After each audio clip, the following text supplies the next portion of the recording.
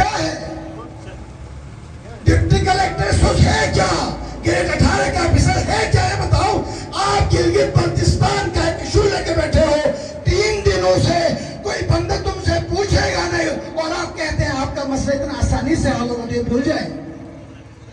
آپ کو 2 چیزیں دونوں کرنے پڑیں گے، ایک افرادی قوت، ایک فائنینشل پوزیشن. آپ اربوں کے حساب سے ٹیکس دیتے ہو، شرم نہیں آتی ہے آپ لوگوں کو 2 لاکھ روپے نہیں دیتے ابھی تک.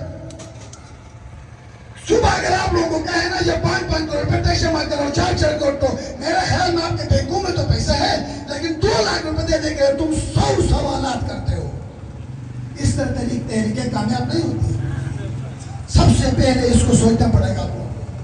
جس سوچ میں آپ ہیں، جو ایشو آپ لے کے بیٹھے ہو 75 سالوں سے، اور جس ایشو کو آپ لے کے بیٹھے ہو کہ انکم سیل ٹیکس، یہ بولنے میں آسان ہے، یہ سالانہ اربوں کے حساب سے. اب آپ کہتے ہو ہم یہ نہیں دیں گے، اور حکومت پاکستان آپ کو مفت میں لا کر آپ کی بات مانے، تو یہ ممکن نہیں. اس کے لیے آپ کو افرادی قوت بھی پیدا کرنے کی ضرورت ہے. میں نے گلگت میں میٹنگ میں، کیونکہ میں جو بات کہتا ہوں اس پر عمل کرتا ہوں، میں نے کہا تھا چھوٹی سے بڑی کمپنیاں 20 لوگ لے کے آئیں. کہا تھا نہیں کہا تھا؟ کیونکہ اگر اعتراف سے لوگوں کو لے کے آؤ گے تو ان کو بٹھانے کے لیے مسئلہ ہوتا ہے. میں 20 بندوں کو ایک کمپنی میں بٹھا سکتا ہوں. آپ نے اس کو عمل نہیں کیا. ٹھیک ہے، جتنے تو اس میں دھرنے ہوئے ہیں، میں نے کل بھی کہا ہوں یہ ہمارا آخری دھرنا ہے. اب یہ حمزہ والے بھی ہم سے بیزار، گوجال والے بھی بیزار، ایڈمنسٹریشن بھی بیزار. اب مزید جو ہے نا آگے نہیں جائیں گے. اب یا تو حل کر کے جائیں گے، یا اپنے آپ کو مار کے جائیں گے، یا کسی کو مار کے بھیجیں گے. نہیں ہو سکتا. ہمارے ساتھ ریاست وہ کر رہی ہے جو مقبوضہ کشمیر میں انڈیا کر رہا ہے مسلمانوں کے ساتھ. یہ بھول جاؤ کہ یہ نہیں کر رہی ہے. مقبوضہ کشمیر میں مسلمانوں کے ساتھ انڈیا حکومت کر رہی ہے، وہ ہمارے ساتھ حکومت پاکستان کر رہی ہے.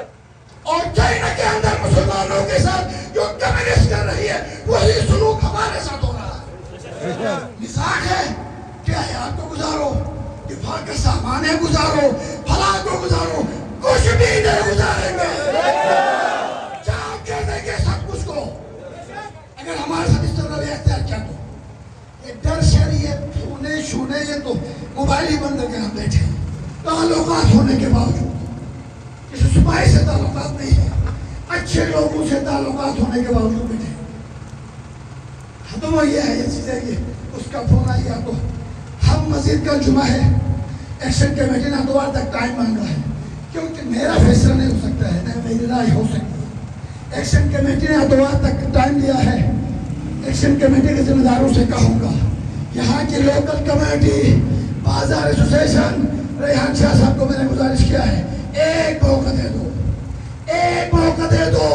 ریاست کے ساتھ سودا بازی نہیں کرتے ہیں. ریاست سے اپنا حق مانگنے کے لیے ایک دفعہ ہم انٹری ایگزیکٹ اور اس کے کیس کو 2 دن ہم پورا جام کریں گے، پھر ریاست کے ذمہ دار خدا علی کپٹو وہیں تک پہنچ جائیں گے. یہ کرنا پڑے گا ہمیں.